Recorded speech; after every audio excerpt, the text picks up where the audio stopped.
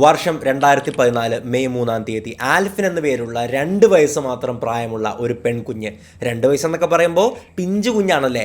അന്നേ ദിവസം ആ ഒരു കുഞ്ഞിൻ്റെ ചേട്ടൻ്റെ ആദ്യ കുർബാനയായിരുന്നു, സഹോദരൻ്റെ ആദ്യ കുർബാന ദിവസമായിരുന്നു. അങ്ങനെ പള്ളിയിലെ പരിപാടിയൊക്കെ കഴിഞ്ഞിട്ട് കുടുംബക്കാരെല്ലാം വീട്ടിൽ തിരികെ എത്തിയാണ്. വീട്ടിൽ വെച്ചിട്ടാണ് ഭക്ഷണ സൽക്കാരങ്ങളും കാര്യങ്ങളൊക്കെ നടക്കുന്നത്. അതിൻ്റെ ഇടയിൽ ഈ 2 വയസ്സ് മാത്രം പ്രായമുള്ള ആൽഫിന് തൻ്റെ ആൻറ്റി, സ്നേഹനിധിയായിട്ടുള്ള തന്നെ ഒക്കത്ത് വെച്ച് ലാളിച്ചുകൊണ്ട് കിടന്നിട്ടുള്ള ആൻറ്റി കുറച്ച് ഇറച്ചിച്ചാറും അപ്പവും കൂടെ കൊടുക്കുകയാണ്. അങ്ങനെ കൊടുത്തു. അപ്പോൾ വീട്ടുകാർ പ്രത്യേകിച്ച് അസ്വാഭാവികതയൊന്നും കാണുന്നില്ല. പക്ഷേ ഏതാനും കുറച്ച് നിമിഷങ്ങൾക്കുള്ളിൽ തന്നെ ആ കുട്ടി ജീവന് വേണ്ടി പെടയാൻ തുടങ്ങിയാണ്. ആ കുട്ടിയുടെ കണ്ണ് മേൽപോട്ട് പോകുന്നു. ആകപ്പാടെ ഒരു മരണഭയം കാണിക്കുന്നു മുഖത്തൊക്കെ. ആകപ്പാടെ ഷിവറിയാണ്. പെട്ടെന്ന് തന്നെ അവർ വീട്ടുകാർ അടുത്തുള്ള ഹോസ്പിറ്റലിലേക്ക് എത്തിക്കുകയാണ്. ഹോസ്പിറ്റൽ അവിടെ ഉടനടി തന്നെ അവിടെ ICUയിലേക്കൊക്കെ മാറ്റിയാണ്. പക്ഷേ ഏതാനും കുറച്ച് മിനിറ്റുകൾക്കുള്ളിൽ ഡോക്ടർ പറഞ്ഞു, ആ കുട്ടി ഒന്നും അറിയാത്ത നിഷ്കളങ്കയായിട്ടുള്ള വെറും 2 വയസ്സ് മാത്രം പ്രായമുള്ള ആൽഫിൻ മരണപ്പെട്ടിരിക്കുന്നു എന്നല്ല പറയേണ്ടത്, കൊല്ലപ്പെട്ടിരിക്കുന്നു. ആ പെൺകുഞ്ഞിനെ ക്രൂരമായിട്ട് സൈനൈഡ് കൊടുത്ത് കൊന്നത് മറ്റാരുമായിരുന്നില്ല, ആ കുട്ടിയുടെ ആൻറ്റി കൂടത്തായി ജോളി ജോസഫ്. എല്ലാവർക്കും നമസ്കാരം, ഞാൻ അശ്വിൻ. ജോളി ജോസഫിൻ്റെ 6 ഇരകളിൽ ഒരാൾ ഈ 2 വയസ്സ് മാത്രം പ്രായമുള്ള ഒരു പിഞ്ചു കുഞ്ഞായിരുന്നു. ആ കഥയൊക്കെ നമ്മൾ പണ്ട് അതിനെപ്പറ്റി ഡീറ്റെയിൽ ആയിട്ട് സംസാരിച്ചതാണ്. ഇന്ന് ഞാൻ ആ കേസിലേക്കല്ല ഡീറ്റെയിൽ ആയിട്ട് പോകുന്നത്. പക്ഷെ മറിച്ച് ഇപ്പോൾ വീണ്ടും ജോളി ജോസഫ് കേസ് അഥവാ കൂടത്തായി കേസ് ചർച്ചയായിരിക്കുകയാണ്. അതിൻ്റെ കാര്യമെന്ന് പറയുന്നത് നെറ്റ്ഫ്ലിക്സിൽ ഇറങ്ങിയിട്ടുള്ള കറി ആൻഡ് സൈനൈഡ് എന്ന് പറയുന്ന ഒരു ഡോക്യുമെൻ്ററിയാണ്. ആ ഡോക്യുമെൻ്ററി നിങ്ങളെല്ലാവരും തീർച്ചയായിട്ടും കണ്ടിരിക്കേണ്ട ഒന്ന് തന്നെയാണല്ലേ. ഇന്ന് നമ്മൾ സംസാരിക്കാൻ പോകുന്നത് ആ ഡോക്യുമെൻ്ററിയിൽ നിന്നും എനിക്ക് മനസ്സിലായ ഒരു 10 പ്രധാനപ്പെട്ട കാര്യങ്ങളെ പറ്റിയിട്ടാണ്. ഒരുപക്ഷെ നമ്മൾ അന്ന് 2019 ആ ഒരു വീഡിയോ ചെയ്തിട്ടുണ്ടായിരുന്നത്. മാധ്യമങ്ങളിൽ നിന്ന് കിട്ടുന്ന അറിവ് കൊണ്ട് മാത്രമാണ് നമ്മൾ വീഡിയോ ചെയ്തിട്ടുണ്ടായിരുന്നല്ലേ. പക്ഷേ ജോളിയുടെ ഏറ്റവും അടുത്ത റിലേറ്റീവ്സ് തന്നെയാണ് ഈ ഒരു ഡോക്യുമെൻ്ററിയിലെ പ്രധാനപ്പെട്ട അവതാരകർ. അവർ തന്നെയാണ് കാര്യങ്ങളെല്ലാം പറയുന്നത്. അപ്പോൾ അവരിൽ നിന്ന് കിട്ടുന്നതിനേക്കാൾ കൂടുതൽ വിവരങ്ങൾ നമുക്ക് ഒരിക്കലും മറ്റൊരിടത്തു നിന്ന് കിട്ടത്തില്ലല്ലേ. അപ്പോൾ പ്രധാനപ്പെട്ട ഒരു 10 കാര്യങ്ങൾ സംസാരിക്കാം. അതിനപ്പുറത്തേക്ക് ഈ ഡോക്യുമെൻ്ററി കണ്ടപ്പോൾ 2 പേരോട് എന്തെന്നില്ലാത്തൊരു ബഹുമാനം തോന്നി. ഒന്നാമത്തത്, ഈ ജോളിയെ നിയമത്തിൻ്റെ മുമ്പിൽ, കേരള സമൂഹത്തിൻ്റെ മുമ്പിൽ, അതായത് ജോളി എന്ന് പറയുന്ന രാക്ഷസി, അവർ ഒളിച്ച് ജീവിക്കുകയായിരുന്നല്ലേ. ക്രൂരമായിട്ടുള്ള സീരിയൽ കില്ലിംഗ് നടത്തുമ്പോൾ പോലും അവർ സുഖിച്ച് ആരും പിടിക്കപ്പെടില്ലെന്ന ധാരണയോട് കൂടിയിട്ട് സുഖമായിട്ട് ജീവിക്കുകയായിരുന്നു. പൈസ എല്ലാം തട്ടിയെടുത്ത്, സ്വത്തെല്ലാം തട്ടിയെടുത്ത്, അതുകൊണ്ട് വിലസി ജീവിക്കുകയായിരുന്നു. അവരെ നിയമത്തിൻ്റെ മുമ്പിലേക്ക് കൊണ്ടുപോകുന്നത്, ആ രാക്ഷസിയെ കേരള സമൂഹത്തിന് മുമ്പിൽ തുറന്നു കാണിച്ച വ്യക്തിയാണ് ഈ ജോളി ജോസഫ് കൊന്ന തൻ്റെ ഭർത്താവായിട്ടുള്ള റോയ് തോമസ് ഉണ്ടല്ലോ. റോയ് തോമസിൻ്റെ സഹോദരിയായിട്ടുള്ള രഞ്ജിയുടെ ഒറ്റൊരാളുടെ ഇടപെടൽ കൊണ്ടാണ്, ഒറ്റൊരാളുടെ സംശയം കൊണ്ടാണ് ജോളി ഇന്ന് അകത്ത് കിടക്കുന്നത്. അപ്പോൾ ആ ഒരു രഞ്ജി ഇടപെട്ടില്ലായിരുന്നെങ്കിൽ, രഞ്ജിയാണ് പരാതി കൊടുക്കുന്നത്, രഞ്ജിയാണ് കംപ്ലീറ്റ് കാര്യങ്ങൾ ഇതിൻ്റെ പുറകെ നടക്കുന്നത്. ഈ ഒരു കേസിന് ഇങ്ങനെ സംശയമുണ്ട്, പോസ്റ്റ്മോർട്ടം വേണം, പുനരന്വേഷണം വേണം എന്നൊക്കെ പറഞ്ഞിട്ട് SP ഒക്കെ ഡയറക്റ്റ് പോയി കണ്ട് പരാതി കൊടുക്കുകയാണ്. അതുകൊണ്ട് മാത്രം ഇന്ന് ജോളി ജോസഫ് പിടിക്കപ്പെട്ടു. ഇത്രയും വലിയൊരു കുടുംബമാണ്, അയൽവക്കത്ത് ഒരുപാട് പേരുണ്ട്, ഒരുപാട് ആൾക്കാർ ഇവർക്ക് ബന്ധമുണ്ട്. എന്നിട്ട് മറ്റൊറ്റൊരാൾക്ക് പോലും ഇവർക്കെതിരെ സംശയം തോന്നിയില്ല, ഇവർക്കെതിരെ പരാതി കൊടുത്തില്ല, ഒരു അന്വേഷണം വന്നില്ല, ഒന്നുമില്ല. പക്ഷേ ഈ രഞ്ജിയുടെ ഇടപെടൽ കൊണ്ട് മാത്രമാണ്. രഞ്ജി എന്ന് പറയുന്നത് ഞാൻ പറഞ്ഞല്ലോ, ജോളി തന്നെ വിഷം കൊടുത്തു കൊന്ന ഭർത്താവ് റോയ് തോമസിന്റെ സഹോദരിയാണ് രഞ്ജി. ഈ രഞ്ജിയോട് എത്ര നന്ദി പറഞ്ഞാലും മതിയാകത്തില്ല. ആ ഡോക്യുമെൻ്ററിയുടെ അവസാനം നമുക്ക് അവരോട് വലിയൊരു ബഹുമാനം തോന്നിപ്പോകും. അങ്ങനത്തെ ഒരു നിമിഷമാണ് ആ ഒരു ഡോക്യുമെൻ്ററിയിലുള്ളത്. രണ്ടാമത് നമുക്കൊരു ബഹുമാനം തോന്നുന്നത് റെമോയോടാണ്. ആരാണ് റെമോ? ജോളിയുടെ സ്വന്തം മകൻ, ജോളി പെറ്റ സ്വന്തം മകനാണ് റെമോ. എന്തുകൊണ്ടാണ് അങ്ങനെ തോന്നിയെന്ന് പറഞ്ഞു കഴിഞ്ഞാൽ പലപ്പോഴും നമുക്ക് കാണാൻ പറ്റുന്ന ഒരു കാര്യം, അതായത് അമ്മമാർ കുറ്റകൃത്യം ചെയ്യുമ്പോഴേക്കും മക്കൾക്കറിയാം അവർ കുറ്റകൃത്യം ചെയ്യാണ്. 2 കാര്യങ്ങൾ സംഭവിക്കാം. ഒന്നെങ്കിൽ അമ്മയെ അവർ സേവ് ചെയ്യാൻ ശ്രമിക്കാം, അല്ല ആ ഒരു കുറ്റകൃത്യത്തിൽ നിന്ന് അമ്മയെ സപ്പോർട്ട് ചെയ്ത് സംസാരിക്കാം. അല്ലെങ്കിൽ ഇപ്പോൾ അമ്മ കുറ്റവാളിയാണെന്ന് ഉത്തമ ബോധ്യം ഉണ്ടാകും, അമ്മയുടെ ദേഷ്യം കാണും. എന്നിരുന്നാൽ കൂടിയിട്ട് ഒരു പൊതുസമൂഹത്തിന് മുമ്പിൽ വന്ന അമ്മയെ പറ്റി പറയില്ല, അമ്മ കുറ്റവാളിയാണ്, അവർക്ക് തക്കതായിട്ടുള്ള ശിക്ഷ കൊടുക്കണമെന്ന് ഒരു മകനും പറഞ്ഞങ്ങനെ നമ്മൾ കാണാറുമില്ലല്ലേ. പക്ഷേ ഇവിടെ റെമോ എടുത്തൊരു സ്റ്റാൻഡുണ്ട്. അതായത് സ്വന്തം അമ്മയായിട്ട് കൂടിയിട്ട് റെമോയാണ് ഈ ഒരു രഞ്ജിയോടൊപ്പം ഏറ്റവും കൂടുതൽ ഇനിഷ്യേറ്റീവ് എടുത്ത് ഇവരെ അറസ്റ്റ് ചെയ്യണം, ഇവരെ നിയമത്തിൻ്റെ മുമ്പിൽ കൊണ്ടുവരണം എന്ന് ശാഠ്യം പിടിച്ചത്. റെമോ ഈ ഡോക്യുമെൻ്ററി പറയുന്നുണ്ട്, ഒരിക്കലും ഇനി അവരെ എൻ്റെ അമ്മയായിട്ട് കാണാൻ പറ്റത്തില്ല. മാത്രമല്ല റെമോ അതിൻ്റെ ഇടയ്ക്ക് ഇവർ അഡ്രസ്സ് ചെയ്യുന്നത് ജോളി എന്ന ആ സ്ത്രീ എന്നുള്ളതാണ്. ജോളി എന്ന ആ ക്രൂരയായിട്ടുള്ള സ്ത്രീക്ക് പരമാവധി ശിക്ഷ കിട്ടണം എന്ന് തന്നെയാണ് സ്വന്തം മകനായിട്ടുള്ള റെമോ പറയുന്നത്. അപ്പോൾ ആ മകനോട് വലിയൊരു റെസ്പെക്റ്റാണ് തോന്നിയിട്ടുള്ളത്. ഇനി നമുക്ക് ആ ഒരു 10 പ്രധാനപ്പെട്ട കാര്യങ്ങൾ സംസാരിക്കാം. എനിക്ക് നിങ്ങളോട് പറയണം എന്ന് തോന്നിയൊരു കാര്യമാണ്. അത് നമ്മൾ നേരത്തെ കൃത്യമായിട്ട് അതിനെപ്പറ്റി സംസാരിച്ചിട്ടില്ല, അല്ലെങ്കിൽ അത് വീണ്ടും ഓർത്തെടുക്കാൻ വേണ്ടി ഒരുപക്ഷെ സംസാരിച്ചിട്ടുണ്ടാകാം. പക്ഷെ നമുക്കത് ഓർത്തെടുക്കാം ഒരു 10 പ്രധാനപ്പെട്ട കാര്യങ്ങൾ. ഒന്നാമത്തത്, ജോളി അവളുടെ വിദ്യാഭ്യാസ യോഗ്യതയെ പറ്റിയിട്ട് എല്ലാവരോടും കള്ളം പറഞ്ഞു. അവർ പറഞ്ഞിട്ടുണ്ടായിരുന്നത് തൻ്റെ കുടുംബക്കാരോടും ഭർത്താവിനോടും നാട്ടുകാരോടും എല്ലാം പറഞ്ഞിട്ടുണ്ടായിരുന്നത് അവർ MCOM പാസ്സായ ഒരു വ്യക്തിയാണ്, മാസ്റ്റർ ഓഫ് കൊമേഴ്സ് 50% മുകളിൽ മാർക്കിൽ പാസ്സായിട്ടുള്ളൊരു വ്യക്തിയാണെന്നുള്ള കാര്യമാണല്ലേ. പക്ഷേ സത്യാവസ്ഥ എന്തെന്ന് പറഞ്ഞു കഴിഞ്ഞാൽ ജോളി പ്രീ ഡിഗ്രി വരെ മാത്രമേ പഠിച്ചിട്ടുള്ളൂ എന്നുള്ളതാണ്. പക്ഷേ ജോളിയുടെ കയ്യിൽ ഇതിൻ്റെ സർട്ടിഫിക്കറ്റിൻ്റെ ഫോട്ടോസ്റ്റാറ്റും കാര്യങ്ങളൊക്കെ ഉണ്ടായിരുന്നു. അതെങ്ങനെയാണ് ജോളി തരപ്പെടുത്തിയെന്ന് പറഞ്ഞു കഴിഞ്ഞാൽ, ഈ ജോളിയുടെ ഭർത്താവായിട്ടുള്ള റോയ് തോമസിൻ്റെ അച്ഛൻ ടോം തോമസ് ഉണ്ടല്ലോ, ഈ ടോം തോമസിനെയും ജോളി വിഷം കൊടുത്ത് കൊന്ന ഒരാളാണ്. അപ്പോൾ ഈ ടോം തോമസ് എന്ന് പറയുന്നത് എഡ്യൂക്കേഷൻ ഡിപ്പാർട്ട്മെൻറ്റിലെ ഒരു അഡ്മിനിസ്ട്രേറ്റീവ് അസിസ്റ്റൻ്റ് ആയിരുന്നു. അപ്പോൾ അദ്ദേഹം റിട്ടയർ ആയ ശേഷം ഒരു കൺസൾട്ടൻസി തുടങ്ങിയാണ്. അതായത് കരിയർ സംബന്ധമായിട്ട് വിദ്യാർത്ഥികൾക്കൊക്കെ വന്ന് സമീപിക്കാൻ പറ്റുന്ന ഒരു കൺസൾട്ടൻസിയാണ്, എഡ്യൂക്കേഷൻ കൺസേൺസ് എന്നുള്ളതായിരുന്നു അതിൻ്റെ പേര്. അങ്ങനെ ഒരു കൺസൾട്ടൻസി ആയതുകൊണ്ട് തന്നെ പല വിദ്യാർത്ഥികളുടെയും സർട്ടിഫിക്കറ്റിൻ്റെ ഫോട്ടോ കോപ്പിയൊക്കെ അവിടെ വരാറുണ്ടായിരുന്നു. അതിൽ നിന്നും ഒരു കോപ്പി തരപ്പെടുത്തിയ ശേഷം അവിടെ ഉണ്ടായിരുന്ന ആ ഒരു യഥാർത്ഥ വിദ്യാർത്ഥിയുടെ പേരുണ്ടല്ലോ, ആ പേര് തന്ത്രപരമായിട്ട് മായ്ച്ചു. അത് ഒരുപക്ഷെ ബ്ലേഡ് വെച്ചാകാം, പുറത്ത് മറ്റൊരു വെള്ള പേപ്പർ ഒട്ടിച്ചിട്ടാകാം, അതിൻ്റെ മുകളിൽ തൻ്റെ പേരെഴുതി അത് വീണ്ടും ഒരു ഫോട്ടോസ്റ്റാറ്റ് അടിക്കുകയാണ്. അപ്പോൾ അത് ഒറിജിനൽ സർട്ടിഫിക്കറ്റിൻ്റെ ഫോട്ടോസ്റ്റാറ്റ് എടുത്ത പോലെ തന്നെ തോന്നത്തുള്ളൂ. അങ്ങനെയാണ് ജോളി തൻ്റെ BCom സർട്ടിഫിക്കറ്റും MCom സർട്ടിഫിക്കറ്റൊക്കെ തരപ്പെടുത്തിയിട്ടുണ്ടായിരുന്നത്.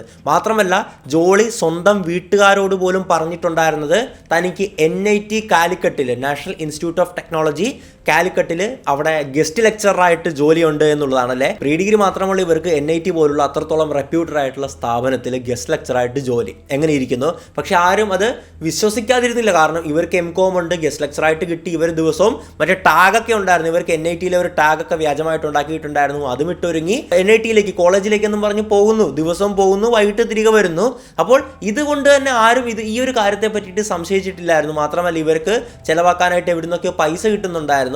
പക്ഷേ കൃത്യമായിട്ട് പോലീസ് ആദ്യം തന്നെ NIT ബേസ് ചെയ്താണ് അന്വേഷണം നടത്തിയത്. NIT കൊടുത്ത മറുപടി എന്തെന്ന് പറഞ്ഞു കഴിഞ്ഞാൽ, വർഷം 2000 മുതൽ 2019 വരെ ജോളി ജോസഫ് എന്ന് പറയുന്ന ഒരു വ്യക്തി പെർമനൻ്റ് ആയിട്ടോ ടെമ്പററി ആയിട്ടോ ഒന്നും തന്നെ ഇവിടെ വർക്ക് ചെയ്തിട്ടില്ല. അത് നമുക്ക് ചിന്തിക്കാന്നല്ലേ ഉള്ളൂ. കാരണം പ്രീ ഡിഗ്രി ഉള്ളവർക്ക് NITയിൽ ഗസ്റ്റ് ലെക്ചറായിട്ട് കൊടുക്കാൻ പോകില്ല അല്ല. അപ്പോൾ അത് വലിയൊരു കള്ളമാണ് പറഞ്ഞത്. ഇവർ ഡിഗ്രി സർട്ടിഫിക്കറ്റുകളെല്ലാം വ്യാജമായിട്ട് നിർമ്മിച്ചതുമായിരുന്നു. 2, ജോളിക്ക് അവിഹിത ബന്ധങ്ങളുണ്ടായിരുന്നു. ഇപ്പോൾ ഈ കേസിലെ തന്നെ പ്രതിയായിട്ടുള്ള 2ാം പ്രതിയാണെന്ന് തോന്നുന്നു, MS മാത്യു എന്ന് പറയുന്ന ഒരു വ്യക്തിയുണ്ട്. ഇത് ജോളിക്ക് ഒരു അവിഹിത ബന്ധമുള്ള ഒരു വ്യക്തിയായിരുന്നു. ഈ MS മാത്യുവിനെ ജോളി സമീപിക്കുന്ന ജോളിയുടെ ഭർത്താവിൻ്റെ സുഹൃത്താണ്. ജോളിക്കും ചെറിയ പരിചയമുണ്ട്. അങ്ങനെയാണ് ഇവർ തമ്മിൽ അടുക്കുന്നത്. പക്ഷേ ജോളിക്ക് മറ്റു ചില ഉദ്ദേശങ്ങൾ കൂടിയിട്ടുണ്ടായിരുന്നു. അതായത് ഈ സൈനൈഡ് എന്ന് പറയുന്ന അത്ര എളുപ്പത്തിൽ കിട്ടുന്ന ഒരു സബ്സ്റ്റൻസ് അല്ല, നമ്മൾക്ക് പെട്ടെന്ന് പോയിട്ട് അങ്ങനെ കിട്ടത്തില്ല. അതിന് ലൈസൻസും കാര്യങ്ങളൊക്കെ വേണ്ടതുണ്ട്. പക്ഷേ അത് എളുപ്പത്തിൽ കിട്ടുന്നവരാണ് ജുവലറിക്കാർ. കാരണം ഈ സ്വർണം പോളിഷ് ചെയ്യാനൊക്കെ ഈ സൈനൈഡ് ഉപയോഗിച്ചിട്ടുള്ള കാര്യങ്ങളൊക്കെയാണ് ചെയ്യുന്നത്. അതുകൊണ്ട് തന്നെ ജുവലറിക്കാരുടെ കയ്യിൽ ഈ സൈനൈഡ് കാണാറുണ്ടല്ലേ. അങ്ങനെ ഈ MS മാത്യു ആയിട്ട് പരിചയപ്പെടുകയാണ്. MS മാത്യു എന്ന് പറയുന്നത് ജുവലറി നേരത്തെ വർക്ക് ചെയ്തിട്ടുള്ള വ്യക്തിയാണ്. അങ്ങനെ ആ ഒരു ബന്ധം വളരെ തീക്ഷ്ണമായിട്ട് വളരുകയാണ്. അങ്ങനെ ഈ ഒരു MS മാത്യുവിനോട് കാര്യം പറയുകയാണ്, കുറച്ച് സൈനൈഡ് ആവശ്യമുണ്ടെന്ന് പറയുകയാണ്. അപ്പോൾ MS മാത്യു പറഞ്ഞു, അത് എൻ്റെ കൈവശമില്ല, മറിച്ച് പ്രജികുമാർ എന്ന് പറയുന്ന ഒരു സ്വർണ്ണപ്പണിക്കാരനുണ്ട്, അയാളോട് ചോദിച്ചാൽ കിട്ടും, അയാൾ എൻ്റെ സുഹൃത്താണ്. അങ്ങനെ ജോളിയെ പ്രജികുമാറിന് പരിചയപ്പെടുത്തി കൊടുക്കുകയാണ്. അങ്ങനെ പ്രജികുമാറുമായും ജോളിക്ക് വളരെ ക്ലോസ് ആയിട്ടുള്ള ഒരു ബന്ധം വരികയാണ്. പ്രജികുമാറാണ്, ആ ഒരു സ്വർണ്ണപ്പണിക്കാരനാണ് ഈ ഒരു ജോളിക്ക് ഈ സൈനൈഡ് കൊടുക്കുന്നത്. ആ സൈനൈഡ് ഉപയോഗിച്ചുകൊണ്ടാണ് ഇവർ എല്ലാവരെയും പോയിസൺ ചെയ്യുന്നത്, സൈനൈഡ് കൊടുത്ത് കൊല്ലുന്നത്. 3, ജോലിയുടെ ആദ്യത്തെ കൊലപാതകവും അതിൻ്റെ പിന്നിലെ ലക്ഷ്യവും. അവിടെ മുതലാണല്ലോ കൊലപാതക പരമ്പരകൾ ആരംഭിക്കുന്നത്. അപ്പോൾ ഇത് പ്രധാനപ്പെട്ട ഒരു സംഭവമാണ്. ജോളി ആദ്യമായിട്ട് കൊല്ലുന്നത് തൻ്റെ അമ്മായിയമ്മയായിട്ടുള്ള അന്നമ്മ തോമസിനെയാണ്. ഇത് സംഭവിക്കുന്നത് വർഷം 2002 എന്തിനാണ് ജോളി അന്നമ്മ തോമസിനെ കൊന്നതെന്ന് നോക്കുകയാണെങ്കിൽ, ഈ 2002 അക്കാലത്ത് അത്രയും പ്രായമുള്ള സ്ത്രീകൾ ചിന്തിക്കുന്ന രീതിയിലല്ലായിരുന്നു അന്നമ്മ തോമസ് ചിന്തിച്ചിരുന്നത്. കുറച്ച് പ്രോഗ്രസീവ് ആയിട്ടുള്ള തോട്ടുകൾ അവർക്കുണ്ടായിരുന്നു. അതായത് ജോളി കല്യാണം കഴിച്ചിട്ട്, ജോളി എന്ന് പറയുന്ന ഇടുക്കി കട്ടപ്പനക്കാരിയാണ്, ഈ ഒരു പൊന്നമറ്റം വീട്ടിലേക്ക് എത്തുകയാണ്, കൂടത്തായിലേക്ക് എത്തുകയാണല്ലേ. അപ്പോൾ ഈ അന്നമ്മ തോമസിൻ്റെ ഒരു വാദം എന്ന് പറഞ്ഞു കഴിഞ്ഞാൽ, ജോളി വീട്ടുജോലിയൊന്നും അല്ല ചെയ്യേണ്ടത്, ജോലിക്ക് ഇത്രയും വിദ്യാഭ്യാസ യോഗ്യതയില്ലേ. ജോലി എന്താണ് പറഞ്ഞിട്ടുള്ളത്, MCom ഉണ്ട്, അത്രയും പഠിച്ചൊരു വ്യക്തിയാണ്. MCom എന്നൊക്കെ അന്നത്തെ കാലത്ത് എന്നൊക്കെ പറയുമ്പോൾ വലിയ സംഭവം തന്നെയാണല്ലേ. അപ്പോൾ MCom ഉള്ള വ്യക്തിയല്ലേ, ജോലിക്ക് പോകണം. ജോലിക്ക് പോയി കഴിഞ്ഞ് കഴിഞ്ഞാൽ ഭർത്താവായിട്ടുള്ള റോയ് തോമസിന് ഒരു സാമ്പത്തിക സപ്പോർട്ടാകും, നമ്മുടെ കുടുംബത്തിലേക്ക് ഒരു വരുമാനമാകും. പിന്നെ എന്തിനാണ് വീട്ടുജോലിയൊക്കെ ചെയ്യാൻ ഇത്രയും പേരില്ലേ, വീട്ടുജോലി ചെയ്ത് ഇവിടെ കൂടണ്ട, ജോലിക്ക് പോ എന്നും പറഞ്ഞിട്ട് വാദം ഉന്നയിക്കാറുണ്ടായിരുന്നു. ജസ്റ്റ് കേവലം ഒരു വാദം മാത്രമായിരുന്നില്ല, മറിച്ച് എപ്പോഴും ഇതിനെ പറ്റിയിട്ട് ജോളിയായിട്ട് സംസാരങ്ങളും തർക്കങ്ങളും ശാഠ്യങ്ങളും ഒക്കെ ഉണ്ടാകാറുണ്ടായിരുന്നു. മാത്രമല്ല ഈ പൊന്നമറ്റ കുടുംബത്തിന്റെ ഒരു പവർ എന്ന് പറയുന്നത് ഈ അന്നമ്മ തോമസ് ആയിരുന്നു. ആ കുടുംബത്തിന്റെ കംപ്ലീറ്റ് കാര്യങ്ങളെ ഏറ്റെടുത്ത് നിയന്ത്രിക്കുന്നത് ഈ അന്നമ്മ തോമസ് ആയിരുന്നു. അന്നമ്മ തോമസിന് വളരെ പ്രോഗ്രസീവ് ആയിട്ടുള്ള ചിന്തകളും പ്രവൃത്തികളും ഒക്കെയാണുള്ളത്. എല്ലാവരെയും വളരെ ഒത്തൊരുമിപ്പിച്ച് കൊണ്ടുപോകുക, അങ്ങനെ ഒരുപാട് കാര്യങ്ങളുണ്ടായിരുന്നല്ലേ. അതുകൊണ്ട് തന്നെ ജോളിക്ക് അവിടെ പ്രത്യേകിച്ച് ഒരു റോൾ ലഭിക്കുന്നില്ലായിരുന്നു ആ ഒരു കുടുംബത്തിൽ. അപ്പോൾ ഈ 2 കാര്യങ്ങൾ മുമ്പിൽ നിൽക്കുകയാണ്. ഒന്നാമത്തത് അന്നമ്മ തോമസ് ശാഠ്യം പിടിക്കുന്നു ഈ ജോലിക്ക് പോകണമെന്ന്. അപ്പോൾ മറിച്ച് നാളെ ഭർത്താവിനോട് പറഞ്ഞ് ഭർത്താവ് ഒരു ജോലിക്ക് അപ്ലൈ ചെയ്ത് സർട്ടിഫിക്കറ്റ് ഹാജരാക്കാൻ പറഞ്ഞു കഴിഞ്ഞാൽ ജോലിയുടെ കള്ളികൾ വെളിച്ചത്താവും. ഇവരെ വിദ്യാഭ്യാസ യോഗ്യതയെപ്പറ്റി കള്ളം പറഞ്ഞതാണ്. മാത്രമല്ല ഇവർക്ക് ആ വീട്ടിൽ അധികാര സ്ഥാനം ഉറപ്പിക്കാൻ പറ്റുന്നില്ല. ഈ 2 കാര്യങ്ങൾ കൊണ്ടാണ് അവിടെ ഒരു ഫാമിലി ഫംഗ്ഷൻ്റെ ഇടയിൽ വെച്ചിട്ട് ഈ അമ്മായിയമ്മയ്ക്ക് ഭക്ഷണത്തിൽ സൈനൈഡ് കലർത്തി കൊടുക്കുന്നത്. അങ്ങനെ അവർ ദാരുണമായിട്ട് കൊല്ലപ്പെടുകയാണ്. ആ ഡോക്യുമെൻ്ററിയിൽ പറഞ്ഞിട്ടുള്ള പ്രകാരം അവരങ്ങനെ ഒരു മുറിയുടെ സൈഡിൽ ചാരി ഇരിക്കുകയാണ്, കണ്ണൊക്കെ മേപ്പോട്ട് പോകുന്നുണ്ട്. അവർ പെട്ടെന്ന് പറഞ്ഞു ഞാൻ മരിക്കാൻ പോകാമെന്നൊക്കെ പറഞ്ഞ് ആകെ വെപ്രാളപ്പെട്ട് അവരെ ഹോസ്പിറ്റലിലേക്ക് കൊണ്ടുപോയി. അവരും വളരെ ക്രൂരമായിട്ട് സൈനൈഡ് പോയിസണിങ് ക്രൂരമായിട്ടുള്ള ഒരു ഡെത്ത് തന്നെയാണല്ലേ. അങ്ങനെ അന്നമ്മ തോമസിനെ ജോളി കൊല്ലുകയാണ്. അന്നമ്മ തോമസിൻ്റെ മരണശേഷം ജോളി തന്നെ ആ വീടിൻ്റെ ഒരു കെട്ടിലമ്മയായിട്ട് അധികാരമേക്കുകയാണ്. പിന്നീട് കംപ്ലീറ്റ് കാര്യങ്ങൾ നിയന്ത്രിക്കുന്നത് ജോളിയായി മാറുകയാണ്. ഒരു മാട്രിയാർക്കായിട്ട് ജോളി മാറുകയാണ് ഉണ്ടായത്. 4 ജോളിയുടെ 2ാമത്തെ കൊലപാതകം, അതിൻ്റെ പിന്നിലെ മോട്ടീവും വളരെ വ്യക്തമായിട്ട് നമ്മൾ സംസാരിക്കേണ്ട ഒന്നാണ്. ജോളി 2ാമതായിട്ട് കൊല്ലുന്നത് അമ്മായിയച്ഛനായിട്ടുള്ള ടോം തോമസിനെയാണ്. അമ്മായിയമ്മയെ കൊന്നു കഴിഞ്ഞ് 6 വർഷങ്ങൾക്ക് ശേഷം, അതായത് 2008 ജോളി ഈ ഒരു കൊലപാതകം നടത്തുന്നത്. എന്തിനാണ് ടോം തോമസിനെ കൊന്നതെന്ന് നോക്കുകയാണെങ്കിൽ 2 കാരണങ്ങളാണ് അതിൻ്റെ പിന്നിലുള്ളത്. ഒന്ന്, ഈ ടോം തോമസ് ആണ് ഈ ഒരു സ്വത്തിൻ്റെയും ഭൂമിയുടെയും എല്ലാം ഉടമയായിട്ടുള്ളത്. അപ്പോൾ ടോം തോമസിനെ കൊല്ലാതൊരിക്കലും അത് തങ്ങൾക്ക് കിട്ടത്തില്ല ചിലപ്പോൾ, അല്ലെങ്കിൽ അദ്ദേഹം മക്കൾക്ക് വീതിച്ച് കൊടുക്കാൻ പ്ലാൻ ഉണ്ടായിരിക്കും അല്ലേ. അപ്പോൾ അതുകൊണ്ട് തന്നെ ടോം തോമസിനെ കൊന്നു കഴിഞ്ഞാൽ മാത്രമേ ഈ സ്വത്തിൻ്റെ കാര്യങ്ങൾ പിന്നീട് അങ്ങോട്ട് വ്യാജ വിൽപ്പത്രം എഴുതിയോ അങ്ങനെ എന്തെങ്കിലുമൊക്കെ ചെയ്യാമെന്ന് വിചാരിച്ചിട്ടുണ്ടായിരുന്നു. അത് ചെയ്തിട്ടുണ്ട്. ഓക്കെ, അപ്പോൾ അതൊന്നാമത്തെ കാര്യമാണ്. മറ്റ് പ്രധാനപ്പെട്ട 2ാമത്തെ കാര്യം എന്തെന്ന് പറഞ്ഞു കഴിഞ്ഞാൽ ഈ MS മാത്യു ആയിട്ട് ജോളിക്ക് ഒരു ബന്ധമുണ്ടല്ലോ. MS മാത്യു എന്ന് പറയുന്നത് സുഹൃത്തും അതുപോലെ തന്നെ ഒരു ഫാമിലി ഫ്രണ്ട് എന്ന് പറയാൻ പറ്റും. ഈ അമ്മയുടെ നെഫ്യൂവിൻ്റെ മകനാണ്. അങ്ങനെ ഒരു അകന്ന ബന്ധം കൂടിയുണ്ട്. എന്തായാലും MS മാത്യു ആയിട്ടുള്ള അടുപ്പം ഈ ഒരു ടോം തോമസിന് മനസ്സിലാക്കുകയാണ്. അത് അവിഹിതത്തിലേക്ക് പോകുന്നുണ്ടെന്ന് മനസ്സിലാക്കുകയാണ്. അപ്പോൾ ഒരു അച്ഛനെ സംബന്ധിച്ച്, അതായത് തൻ്റെ മകനുമായിട്ട് കല്യാണം കഴിഞ്ഞ തൻ്റെ മകൻ്റെ ഭാര്യ വേറൊരു ആളുമായിട്ട് ബന്ധം, മാത്രമല്ല MS മാത്യു വീട്ടിലൊക്കെ സ്ഥിരം വരുന്നുണ്ട്.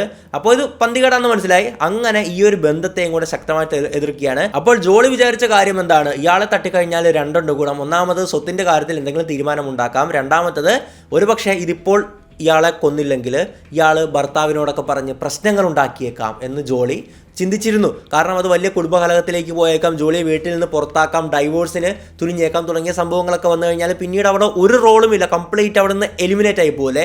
ഈ 2 കാര്യങ്ങൾ കൊണ്ടാണ് ഈ ഒരു അമ്മായിയച്ഛനെ കൊന്നിട്ടുണ്ടായിരുന്നു. അമ്മായിയച്ഛൻ സ്ഥിരമായിട്ട് ഈ മഷ്റൂം ക്യാപ്സ്യൂൾസ് കഴിക്കുമായിരുന്നു. ആ മഷ്റൂം ക്യാപ്സ്യൂൾസിൽ സൈനൈഡ് നിറച്ച് അമ്മായിയച്ഛനെ കുടിക്കുകയാണ്.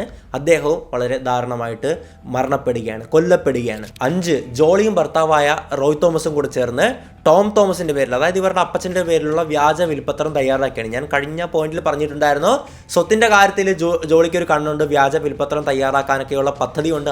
അതിന് വേണ്ടിയിട്ടാണ് ഈ ഒരു അമ്മായിയച്ഛനായിട്ടുള്ള ടോം തോമസിനെ കൊന്നിട്ടുണ്ടായിരുന്നത് അല്ലേ. കൃത്യമായിട്ട് ജോളി ആ ഒരു കാര്യം മുമ്പോട്ട് നീക്കിയാണ്. ഇവർ മരണപ്പെട്ട അമ്മായിയച്ഛൻ്റെ പേരിൽ, ജോളിയുടെ അമ്മായിയച്ഛൻ റോയ് തോമസിൻ്റെ അച്ഛൻ, അദ്ദേഹത്തിൻ്റെ പേരിൽ വ്യാജ വിൽപ്പത്രം തയ്യാറാക്കിയാണ്. ആ വിൽപ്പത്രത്തിൽ ഇവർ എഴുതി ചേർത്തിട്ടുള്ളത് ഇപ്രകാരമായിരുന്നു. ഈ ടോം തോമസിനും അന്നമ്മ തോമസിനും 3 മക്കളുണ്ടായിരുന്നു. ഒന്നാമത്തത് ജോളിയുടെ ഭർത്താവായിട്ടുള്ള റോയ് തോമസ്, രണ്ടാമത്തത് ഞാൻ ആദ്യം പറഞ്ഞ രഞ്ജിയുടെ ഒറ്റൊരാളുടെ ഇനിഷ്യേറ്റീവ് കൊണ്ടാണ് ഈ ജോളി എന്ന് പറയുന്ന ഒരു രാക്ഷസിയെ നമുക്ക് മനസ്സിലായത് അല്ലേ.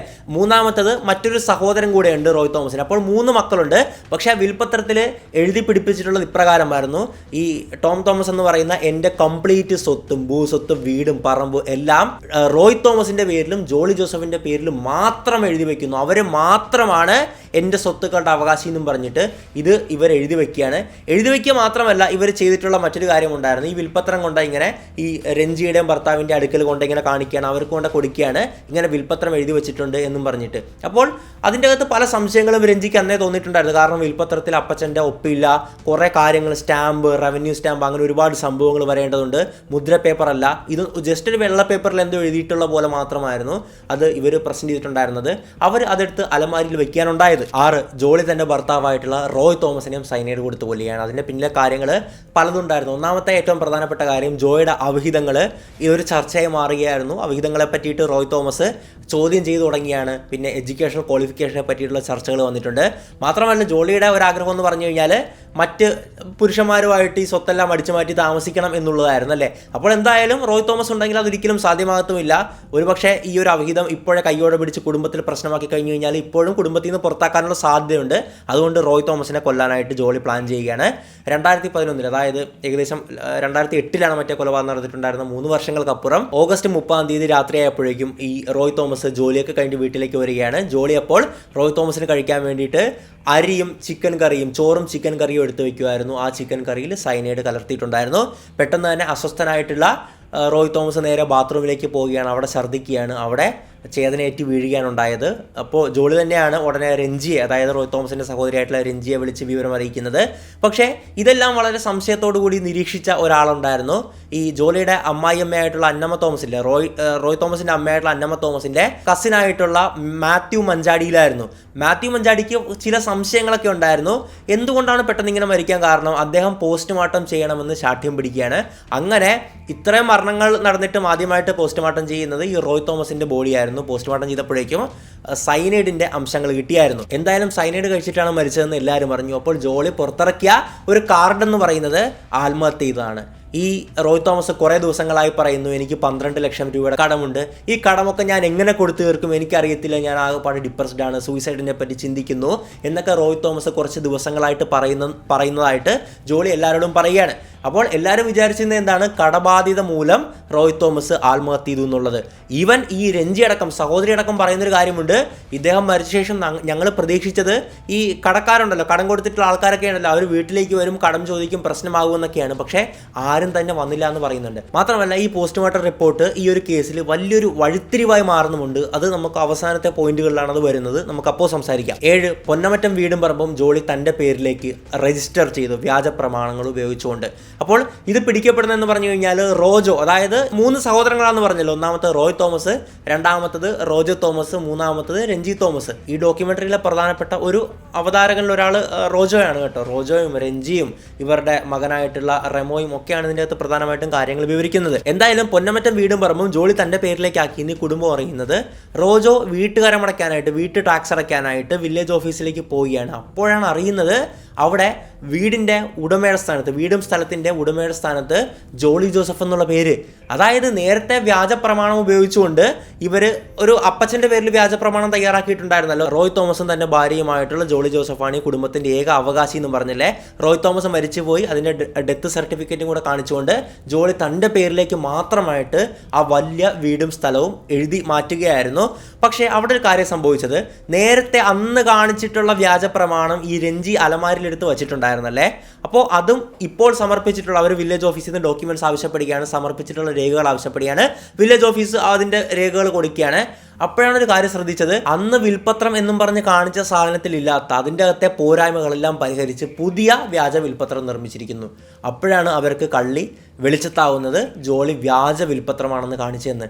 അന്നത് ഒരു മുദ്ര പേപ്പറിലല്ലായിരുന്നു, അവിടെ റവന്യൂ സ്റ്റാമ്പ് ഒട്ടിച്ചിട്ടില്ലായിരുന്നു, അതിൻ്റെ മുകളിൽ കൂടെ ഒപ്പിട്ടിട്ടില്ലായിരുന്നു, സീല് വെച്ചിട്ടില്ലായിരുന്നു, രജിസ്റ്റർ ചെയ്തിട്ടില്ലായിരുന്നു, അപ്പച്ചൻ്റെ ഒപ്പില്ലായിരുന്നു, അങ്ങനെ ഒരുപാട് പ്രശ്നങ്ങളുണ്ടായിരുന്നു. ഇതൊക്കെ ചോദിച്ചിട്ടുണ്ടായിരുന്നു. പക്ഷേ അത് ജസ്റ്റ് ചോദിച്ചിട്ടേ ഉള്ളൂ, അവർക്ക് കൂടുതൽ സംശയങ്ങളൊന്നും ഇല്ലായിരുന്നു.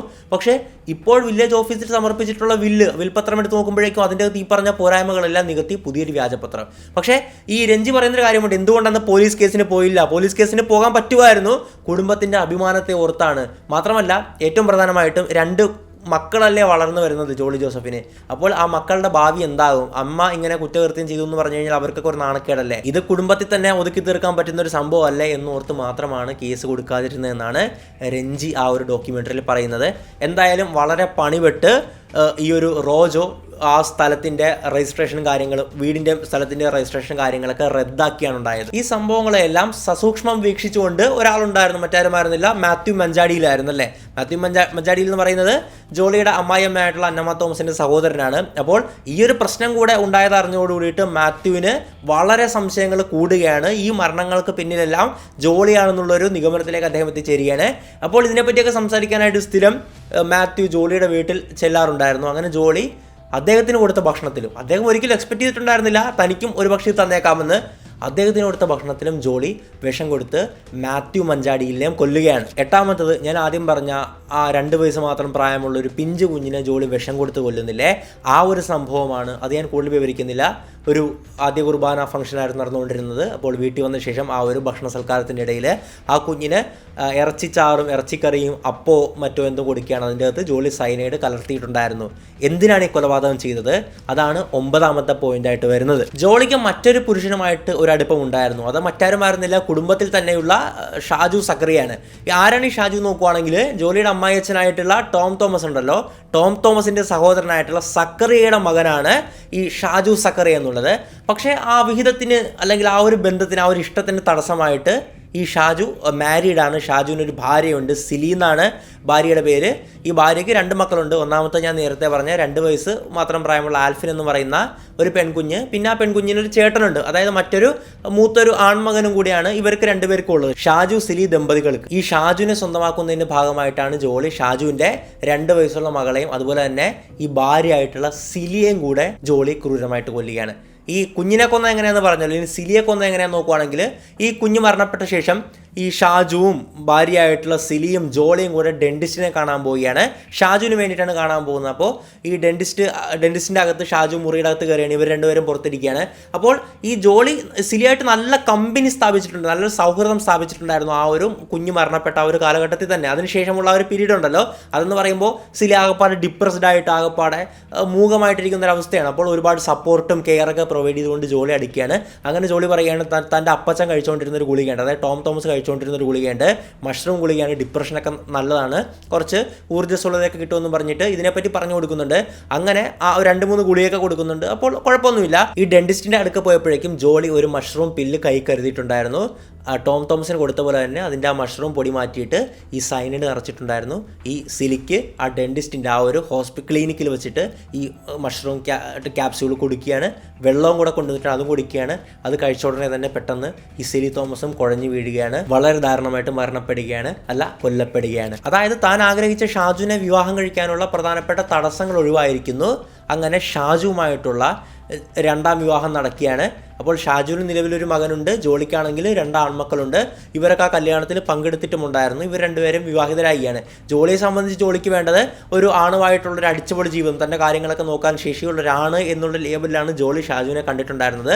അതിലേക്ക് അത് നേടിയെടുക്കാനുള്ള വഴിയായിരുന്നു ഈ 2 പേരുടെ കൊലപാതകവും. 10ാമത്തതും അവസാനത്തതും ഏറ്റവും പ്രധാനപ്പെട്ട കാര്യം രഞ്ജിയുടെ ഇടപെടലാണ്. രഞ്ജി എന്ന് പറയുന്നത് ജോളിയുടെ ഭർത്താവായിട്ടുള്ള റോയ് തോമസിന്റെ സഹോദരിയാണ്. മറ്റൊരു സഹോദരൻ കൂടെയുണ്ട്, റോജോ അല്ലേ. അപ്പോൾ രഞ്ജിക്ക് പല സംശയങ്ങളും തോന്നിയാണ്. അങ്ങനെ രഞ്ജി ഈ റോയ് തോമസിന്റെ പോസ്റ്റ്മോർട്ടം റിപ്പോർട്ട് എടുത്തൊന്നുകൂടെ പരിശോധിക്കുകയാണ്. അപ്പോൾ പോസ്റ്റ്മോർട്ടം റിപ്പോർട്ടിൽ പറഞ്ഞിട്ടുള്ള പ്രകാരം രാത്രിയിൽ 11:30 കൂടിയിട്ടാണ് ഈ ഒരു മരണം നടന്നിരിക്കുന്നത്. പോസ്റ്റ്മോർട്ടം ചെയ്യുന്ന സമയത്ത് വയറിൻ്റെ അകത്ത് അരി ഉണ്ടായിരുന്നു, ധാന്യങ്ങൾ പോലുള്ള സബ്സ്റ്റൻസ് ഉണ്ടായിരുന്നു, പിന്നെ അതിൻ്റെ ഒപ്പമായിരുന്നു സൈനൈഡ് ഉണ്ടായിരുന്നത് അല്ലേ. ആ ഒരു ഭക്ഷണങ്ങൾക്ക് ദഹിക്കാത്ത അവസ്ഥയിലായിരുന്നു. കാരണം ഉടനടി മരണപ്പെട്ട് കഴിഞ്ഞാൽ ദഹിക്കത്തില്ലല്ലോ, അതായത് ജീവൻ ഉണ്ടെങ്കിലല്ലേ ഭക്ഷണം ദഹിക്കത്തുള്ളൂ അല്ലേ. അപ്പോൾ ഭക്ഷണം പൂർണ്ണമായിട്ടും ദഹിക്കാത്ത അവസ്ഥയിലായിരുന്നു ഉണ്ടായിരുന്നത്. അതിൻ്റെ അർത്ഥം എന്ന് പറയുന്നത് മരണപ്പെടുന്നതിന് ഏതാനും കുറച്ച് നിമിഷങ്ങൾക്ക് മുമ്പ് മാത്രമായിരുന്നു ആ ഒരു ഭക്ഷണം കഴിച്ചിട്ടുള്ളത് എന്നല്ലേ. പക്ഷേ ഈ അന്ന്, അതായത് മരണപ്പെടുന്ന സമയത്ത് ഈ രഞ്ജി ജോളിയോട് ചോദിക്കുന്നുണ്ട് ഈ റോയ് അവസാനമായിട്ട് എപ്പോഴാണ് ഭക്ഷണം കഴിച്ചത്. അപ്പോൾ ജോളി കൊടുത്ത മറുപടി എന്തെന്ന് പറഞ്ഞു കഴിഞ്ഞാൽ ഉച്ചയ്ക്ക് ഒരു 2:30 കൂടിയിട്ടാണ് കടലയും ചോറും ഒക്കെ കഴിക്കുന്നത്. അതിനുശേഷം വേറൊന്നും കഴിച്ചു കണ്ടിട്ടില്ല, വീട്ടിൽ തന്നെ ഉണ്ടായിരുന്നു തുടങ്ങിയ കാര്യങ്ങളൊക്കെയാണ്. അപ്പോൾ 2:30 കഴിച്ച ഭക്ഷണമാണെങ്കിൽ അത് പൂർണ്ണമായിട്ട് ദഹിച്ചിട്ടുണ്ടാകും അല്ലേ. പക്ഷേ അങ്ങനെ അല്ലായിരുന്നു കാര്യങ്ങൾ. ഒരു തരി പോലും ദഹിക്കാത്ത അവസ്ഥയിലായിരുന്നു. അതായത് കഴിച്ച് ഉടൻ തന്നെ മരിച്ചു. അപ്പോൾ അത് വളരെ ഒരു ക്രൂഷ്യൽ എവിഡൻസ് ആയിട്ട് ഈ രഞ്ജിക്ക് തോന്നുകയാണ്. വളരെ ബ്രില്യൻ്റ് ആയിട്ടുള്ളൊരു ഒബ്സർവേഷൻ തന്നെയാണത്. അങ്ങനെ ഈ എവിഡൻസ് എല്ലാം കളക്ട് ചെയ്ത്, മാത്രമല്ല വിൽപത്രത്തിൻ്റെ കാര്യം വന്നിട്ടുണ്ടായിരുന്നല്ലേ. വിൽപത്രം ജോളി വ്യാജ വിൽപത്രം ഉണ്ടാക്കി അതിൽ പോരായ്മകളുണ്ടെന്ന് ചൂണ്ടിക്കാട്ടിയപ്പോഴേക്കും പോരായ്മകളെല്ലാം പരിഹരിച്ച് പുതിയൊരു വ്യാജപത്രം വില്ലേജ് ഓഫീസിൽ സമർപ്പിച്ച് സ്വന്തം പേരിലേക്ക് വീടും സ്ഥലവും ഒക്കെ മാറ്റിയിട്ടുണ്ടായിരുന്നു. ഇതെല്ലാം കാണിച്ചുകൊണ്ട് രഞ്ജി ഈ ഒരു പോലീസിൻ്റെ അടുക്ക്, അതും SP അടുക്ക് ഡയറക്റ്റ് പോയിട്ട് എല്ലാ കാര്യങ്ങളും ബോധിപ്പിച്ചുകൊണ്ട് പരാതി കൊടുക്കുകയാണ്. അങ്ങനെ SP ഇടപെടുകയാണ്. അങ്ങനെയാണ് നമ്മൾ ഈ ഒരു സംഭവം നടക്കുന്നതായിട്ട് അറിയുന്നത്. മാത്രമല്ല വേറെ കുറേ ഞെട്ടിക്കുന്ന സംഭവങ്ങളുണ്ട്. അതായത് ഈ ജോളിയെ ക്വസ്റ്റ്യൻ ചെയ്യുന്ന സമയത്തൊക്കെ ആദ്യം തന്നെ അറസ്റ്റ് ഇല്ലായിരുന്നു, ആദ്യം നോട്ടീസായിരുന്നു വന്നിട്ടുണ്ടായിരുന്നത്. ക്വസ്റ്റ്യൻ ചെയ്ത ശേഷം വീട്ടിലേക്കൊക്കെ വന്നിട്ടുണ്ടായിരുന്നല്ലേ.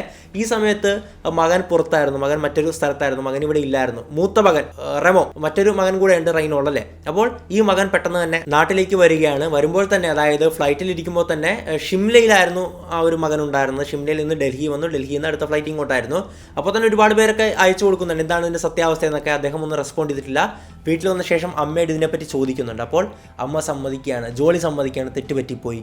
മകനോട് തുറന്ന് സമ്മതിച്ചു തനിക്ക് തെറ്റ് പറ്റിപ്പോയെന്നും പറഞ്ഞ് ഉടൻ തന്നെ ഈ മകനായിട്ടുള്ള റെമോ രഞ്ജിയെ വിളിച്ച കാര്യങ്ങൾ പറയുകയാണ്. രഞ്ജി അപ്പോൾ പറഞ്ഞിട്ടുള്ളൊരു കാര്യമുണ്ട്, അവിടെയാണ് അവരുടെ കെയർ.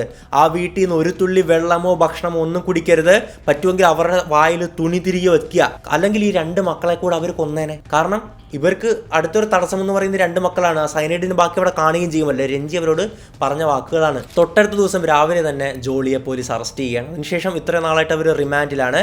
അപ്പോൾ രാവിലെ തന്നെ രഞ്ജി വീട്ടിലേക്ക് എത്തുന്നുണ്ട്. രഞ്ജി ആദ്യം എത്തിയ ശേഷം, അതായത് ഈ വീഡിയോ ക്ലിപ്പിംഗ് ഒക്കെ ലൈവായിട്ട് യൂട്യൂബിലും ചാനലിലൂടെയും കാണുന്നുണ്ട്, പക്ഷെ അതിലൊന്നും ഇളയ മകനെ കാണുന്നില്ല. അവർ ആദ്യം മുറിയിലേക്ക് ഓടിക്കയറി നോക്കിയത് ഇളയ മകൻ അവിടെ ഉണ്ടോ എന്നുള്ളതാണ്.